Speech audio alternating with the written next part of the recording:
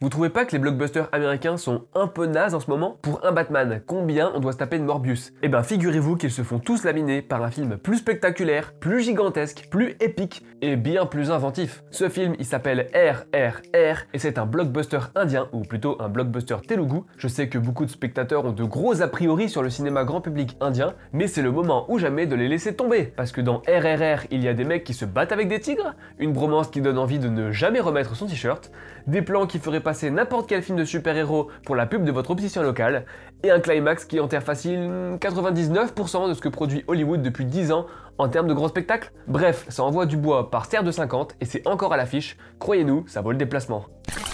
Vous avez vu Enter the Void, Irréversible ou Climax? Vous connaissez donc le Gaspard Noé fan des effets de style épileptiques, des musiques bruyantes et à l'énergie fougueuse. Eh bien le réalisateur change complètement de style avec son nouveau film Vortex, et c'est ce qui rend son film passionnant. Dans Vortex, Gaspard Noé quitte son cinéma survitaminé et tripant pour regarder du côté de la mort. Terminé les néons, le cinéaste s'engouffre dans une longue déambulation pré-mortem au cœur d'un appartement parisien, celui d'un couple âgé. En splittant l'écran en deux par une bande noire, le film va alors suivre les pérégrinations des deux seniors en parallèle. Si c'est toujours aussi cruel, toujours aussi funeste, le film est porté par une lenteur troublante et inhabituelle chez Noé. Une lenteur qui vient accentuer l'engourdissement physique et mental des personnages. Gaspard Noé saisit alors avec un réalisme désarmant et déprimant le délitement de ce couple et surtout leur attente désespérée d'une mort certaine. Peut-être le film le plus mature de Gaspard Noé, en tout cas c'est à voir absolument au cinéma.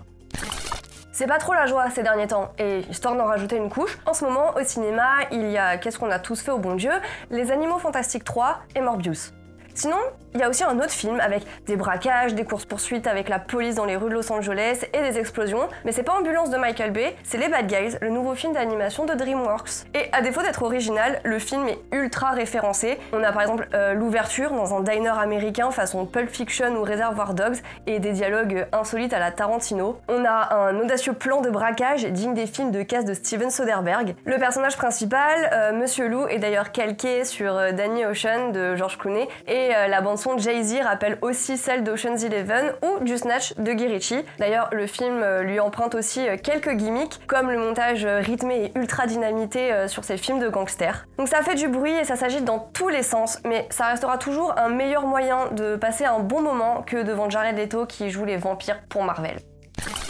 À l'arrière d'un taxi, deux jeunes femmes discutent de la nuit d'amour que l'une d'entre elles a passée avec un homme. Pourtant, le personnage précise qu'elle et son amant n'ont même pas couché ensemble et ont juste profité d'une conversation où ils ont ressenti une réelle connexion intellectuelle et émotionnelle. Cette idée suffit à comprendre où vous nous emmenez Ryosuke Hamaguchi avec son nouveau film Conte du hasard et autres fantaisies. Le réalisateur du génial Drive My Car était déjà obsédé par le poids des mots dans son précédent film, mais voilà qu'il les emprunte d'une magnifique sensualité autour d'une œuvre divisée en 3 courts-métrages. Qu'il s'agisse de la lecture érotique d'un extrait de livre ou d'un malentendu autour d'un amour perdu, le cinéaste réveille les sentiments par le dialogue. Et dans un Japon à la froideur clinique, où les corps en mouvement sont emportés par des bus ou des escalators, les cadres fixes du cinéaste obligent à s'attarder sur les petits riens du quotidien. Il y a clairement du Rohmer dans le nouveau film d'Hamaguchi, mais surtout de bien beaux personnages qui laissent exploser leurs sentiments dans ce joli film doux et mélancolique qui fait un bien fou par où il passe.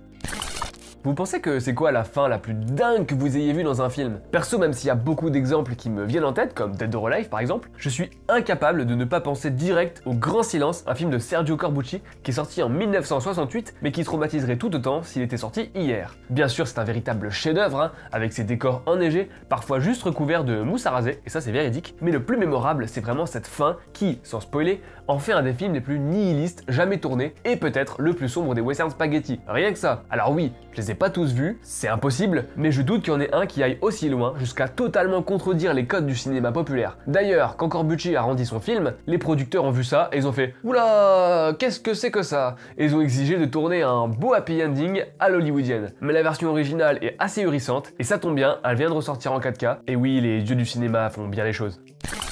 Bien avant le Covid-19, Bruce Willis a lui aussi tenté de trouver un remède à un virus mortel. Dans L'Armée des 12 singes du réalisateur Terry Gilliam, Bruce Willis incarne James Cole, un prisonnier envoyé dans le passé par des scientifiques pour tenter de comprendre l'origine d'un virus et sauver l'humanité. Un an après Pulp Fiction, L'Armée des 12 singes, c'est la première incursion de Bruce Willis dans la science-fiction. Et avec son allure d'homme fort et dangereux, mais aussi vulnérable, comme l'a décrit Terry Gilliam lui-même, Bruce Willis livre probablement la meilleure performance de sa carrière. Car derrière sa carapace de gros dur, son personnage dissimule une vraie fragilité. Hanté par une vision obsédante de son enfance qui se révélera primordiale pour le récit, James Cole est au bord de la folie, complètement perdu. Pourtant, Bruce Willis ne cède jamais aux sirènes de l'exubérance délirante. Au contraire, il parvient à explorer les failles de son personnage désorienté et plein de doutes grâce à un jeu plus intériorisé, transmettant les blessures de son âme à travers un simple regard ou son visage fermé. Bruce Willis est mystérieux, tragique, bouleversant, bref, c'est son grand rôle à ne pas manquer. Est-ce qu'il existe un teen movie ultime? Oui, et c'est La folle journée de Ferris Bueller, réalisé par le maître du genre John Hughes. Dans ce film, il n'est pas du tout question de mettre en avant un ado mal dans sa peau, révolté et en pleine crise existentielle pour dire que l'adolescence est juste une sale période à passer. Au contraire, tout est enjolivé jusqu'à en devenir carrément surréaliste, en particulier Ferris Bueller, cet adolescent parfait, beau parleur et taquin, mais bien attentionné, qui sort avec la plus belle fille du lycée et qui est super intelligent et que le pays entier adore. C'est le feel-good movie par excellence où l'ado est roi, mais pas dans ce que ça implique de plus malsain et où les adultes sont complètement à la ramasse. C'est un road trip fantasmé et une lettre d'amour bienveillante et intemporelle adressée à la jeunesse qui revendique ses envies de liberté et tout simplement de profiter. Tout ça est d'ailleurs cristallisé dans la scène culte du film, celle de la parade qui prend des airs de comédie musicale géante avec Matthew Broderick qui vole la vedette à John Lennon et devient une sorte d'icône générationnelle. Bref, si vous avez 1h30 devant vous, c'est vraiment le film à voir pour se redonner le sourire et un peu de joie de vivre. Peut-on sauver un film avec une seule séquence? C'est la question qu'on serait tenté de se poser avec Vertical Limit, exemple parfait du blockbuster bien débilos du début des années 2000, qu'on doit à Martin Campbell, le réalisateur du Masque de Zorro et de Casino Royale. Car derrière ce film d'alpinisme où des personnages tous plus stupides les uns que les autres décident de grimper le K2, on apprend de grandes leçons de vie, comme le fait que la nitroglycérine, ça peut déclencher des avalanches, tiens donc. Pourtant, Vertical Limit parvient à synthétiser toutes nos peurs liées à l'escalade dans sa séquence d'intro magistrale qui sert de trauma originel à ses héros. Un personnage lâche sa prise et entraîne dans sa chute tous les autres grimpeurs qui étaient reliés à lui. Avec une efficacité redoutable, le découpage de Campbell joue de chaque coupe pour créer des à-coups, alors que les sécurités se détachent de la falaise au fur et à mesure.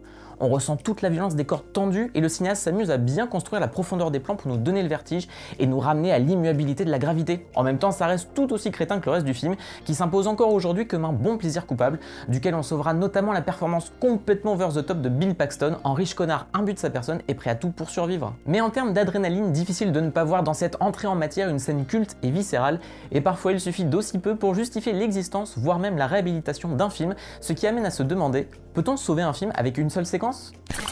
Je sais pas vous, mais j'ai beau avoir aimé le dernier Batman, je pense que le prochain, ça sera juste un écran noir, vu comment il est encore plus sombre et torturé à chaque épisode. C'est pour ça que régulièrement, je me regarde à nouveau le premier film Batman, celui de 1966, qui faisait alors office d'appendice à la série télévisée. Vous avez sûrement vu des youtubeurs par exemple se moquer du requin en caoutchouc, du bat spray anti-requin, du look des méchants, ou encore du fait qu'ils arrivent à acheter un sous-marin pré-nucléaire aux États-Unis sans même laisser leur nom. Si on compare avec les Dark Sasuke qui ont suivi, c'est en effet assez drôle, et c'est normal, comme la série, le film Batman est une authentique comédie qui rend hommage et parodie un peu les codes de l'âge d'argent des comics. Vous savez, cette période où tous les héros étaient édulcorés, mais colorés. Alors, plus d'excuses que les détracteurs du bateau dépressif se jettent dessus, certains gags comme celui de la bombe sont toujours aussi drôles, et rappellent même le climax de Dark Knight Rises. Ouais. Est-il encore nécessaire d'expliquer pourquoi il faut regarder Psychose ou n'importe quel film d'Alfred Hitchcock? Probablement pas, mais c'est difficile de ne pas redire tout l'amour qu'on porte au cinéaste et notamment à sa première incursion dans l'horreur. Car après avoir bouleversé le genre du thriller et du film policier et s'être attaqué légèrement à l'épouvante et au fantastique avec Sueur froide, Alfred Hitchcock plonge véritablement dans le film d'horreur en 1960 avec Psychose. Pourtant, comme à son habitude, Hitchcock s'amuse à nous balader en tant que spectateur. Alors que le film se lance sur la longue fuite de son héroïne qui craint d'être poursuivie par ses employeurs après avoir volé 40 000 $, Hitchcock va complètement chambouler le récit au milieu du métrage. En une scène devenue mythique, Psychose bascule alors dans le genre horrifique à travers un déluge de violence inhabituelle chez le cinéaste, avant de totalement changer de point de vue. Entre la musique terrifiante de Bernard Herrmann, la réal de génie d'Hitchcock et le regard de Janet Leigh, c'est un choc pour les spectateurs et le cinéma. Un chef-d'œuvre né sous nos yeux au moment même où Hitchcock tue littéralement ce qui a fait en grande partie son succès jusqu'ici. C'est mythique et vous devez absolument voir ça.